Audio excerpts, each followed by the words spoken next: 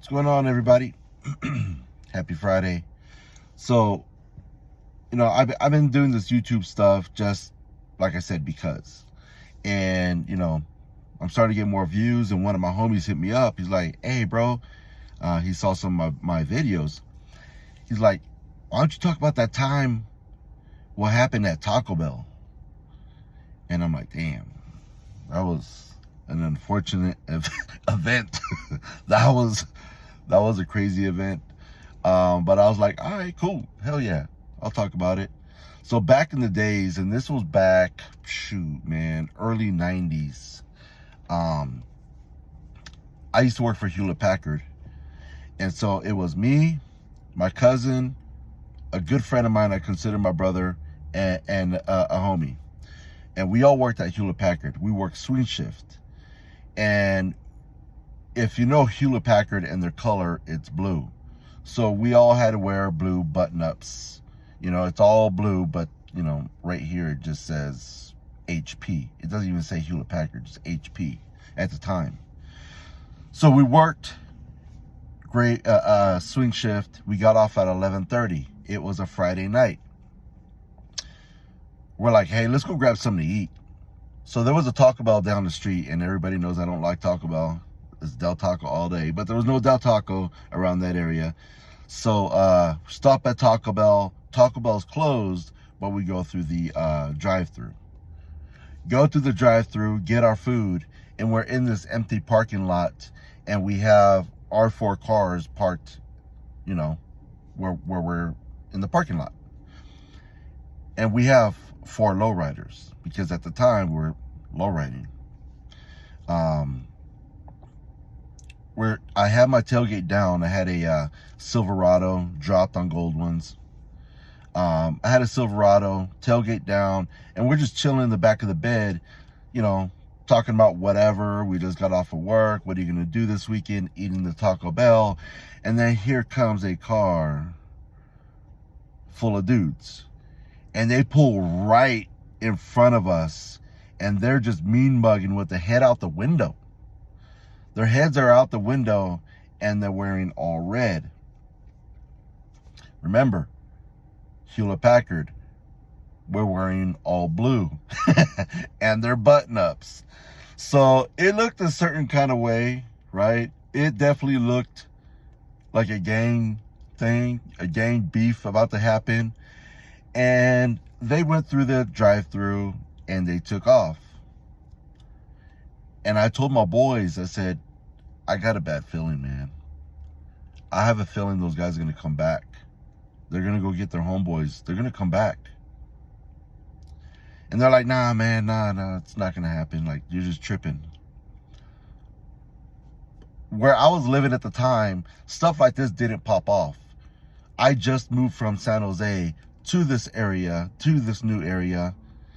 And I know how things happen in San Jose. Sure enough, they came with more dudes, more cars, and they pulled up right in front of us. And I told my homie and my cousin and my bro, I said, if any of you motherfuckers leave, I swear to God, I'm gonna fuck you up. Like, we're gonna have to deal with this. Because I knew somebody would have been able to get in their car and take off, and that would have left us with just 3 or 2 or maybe 1 behind. And I wasn't about to have that happen. I'm like, if we're going to get our ass beat, we're going to do it all together. Or if we're going to beat these fools down, it's going to happen, and we're going to make it happen. So they all jumped up, or jumped out of their cars, and they're flamed up. We got our blue on. And my cousin, he's a jock, right? He played, basketball, football, baseball. The dude was a stud of a player, but not a fighter. But he was a big dude.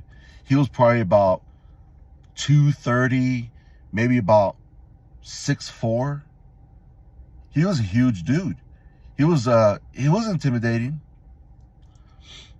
And then myself, I'm looking about, 180, 190 at the most. I had skill though. My bro, he's probably about 170. His skills weren't up to par. And then I got my homeboy who's, you know, a little cuckoo in the head, and, you know, he'll get down if he has to, but, you know, I'm not too sure about him. So my cousin does the obvious thing you'd never do. He steps up to the crew. He steps up like if he's this, you know, the leader of our group. And he's like, he throws his hands up and his chin out. What's up? You got a problem? And bam, it was on. They cracked him. There was like 3 dudes on him because they're trying to get him to the ground. And he's a big dude. Myself, I had one dude that stepped to me. I cracked him a couple times, dropped him, grabbed him by his Mongolian, and I just started wailing on his face. And when I was sore with that, I started kneeing him in the face, and then I started smashing his face on my cousin's car door. I turn around, and I see my bro get cracked from behind the head. So he had 2 dudes in front of him. He got cracked from behind the head. And I go over there and start fighting those couple dudes. Bang, bang, bang, bang, bang. Get him off of him. He's knocked out. I see my big cousin. He's on the floor. They're pinning him down. Every time he try to get up on his fours, they kick him right in his face. And I'm just seeing chunks fly off of his face and onto the concrete. I go to get dudes off of him. Bam, bam. I'm just cracking dudes. And I look where my other homie's at, and he has a machete out, and he's trying to swing on anybody and everybody, trying to get people off of the boys. I look at my bro, and there's a dude just stomping on his face while he's knocked out, like curb stomping. So cops finally come, and the police station was only 2 blocks away. So there was a lot of cops that showed up at one time. I'm not kidding, there was probably about 6 cop cars. And just before they showed up, there was this other car that pulled up, and I'm like, shit, more of them? And I seen it was my brother's little homies. There was 4 of them in the car. I knew these kids. And I'm like, get out of the car. Get out of the car. Help us out. And they're just shaking their head. And I couldn't wait. I'm still trying to, you know, fight dudes, and I'm trying to get, you know, people off of my people. So the cops come. They turn on the spotlights. Everybody kind of scattered except for my cousin that is knocked out on the floor. My bro that's knocked out on the floor. And my homie with the machete, he's just there, just still holding the machete and just like breathing like a madman. And there's one dude left from that crew that jumped us. And he's looking at me, I'm looking at him, and I'm like, fuck it, let's go. So me and this dude, and come to find out he was a boxer. Me and this dude, we were boxing it out while the cops just had the spotlights on us. It felt like forever. We're bang, bang, bang. We're boxing it out, and the cops would not jump out of their car. Like they were just waiting for who's going to go down first. You know, like if they're making side bets and shit.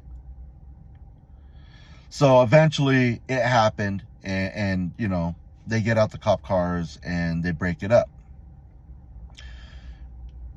So the ambulance come. They had to, you know, give that smelling salts to my cousin and my bro. Wake up my cousin, and he wakes up and he looks at me. His front teeth gone. The things that I seen that were flying on the concrete or the pavement were his teeth. And now I'm like, son of a bitch. This dude was all about his smile. He always smiled for the camera, for the ladies. I was like, oh, hell no. So the ambulance are like, hey, we might be able to save him and put him back in his gums if they're still whole. And I'm like, okay. So I started picking up his teeth, gave him to the ambulance, and they put it in milk. It wasn't in time because I guess they closed up, the holes closed up where your teeth go. my bro, they wake him up, and he can't even talk. They broke his jaw in like 4 places, where they had to wire him shut at the hospital, and those wires didn't come off for about 3-4 months. So it was all bad. On camera, because we had to get the camera, because we went to court for this whole thing, because they ended up catching the dudes. And so the camera showed them being the aggressor, obviously, right? The workers that talk about knew something was about to pop off, because they were all standing at the glass of their store with the doors locked, obviously, like, good for them. Don't come out. You know, they seen the whole thing, so they, you know, explained to judges, whatever. But I was the only one that, out of all that shit, and even the dude that I was boxing, I didn't even get touched. I didn't get cracked one time. I was cracking heads. I was knocking dudes down. I was effing them up. So 20 years later, my brother-in-law's homeboy graduates from high school. He's like, hey, I want to invite you to this party. There's going to be a bunch of, you know, my homies there, you know, just you're going to have a good time. My parents are like, all right, cool. You know, I'll go show support because you did something good, right? I'm not down with the gang shit. I love lowriding. That doesn't mean I'm a gangster. So I go to this event, and there's a bar there. And my brother-in-law's little homie's like, hey, I want to introduce you to a couple dudes. And I'm like, all right, sure, for sure. So I'm not going to say my real name, right? But everybody knew me now at graduation time, 20 years later, as JG. So my brother-in-law's homie, he introduced me to these 2 dudes and says, hey, I want to introduce you to a good dude. This is JG. This is so-and-so's brother-in-law. And they're like, hey, mucho gusto. Nice to meet you. Hey, what's up, bro? You know, they're still doing their little gang shit. I could tell, right? You can tell by the way they talk, whatever.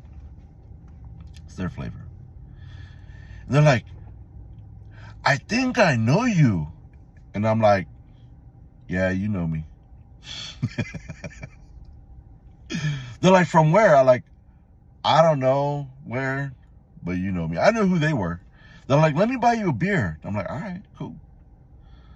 So they bought me a beer. You know, we chopped it up for a second, and they couldn't figure out, you know, where they knew me from. But those were 2 dudes that I freaking beat down.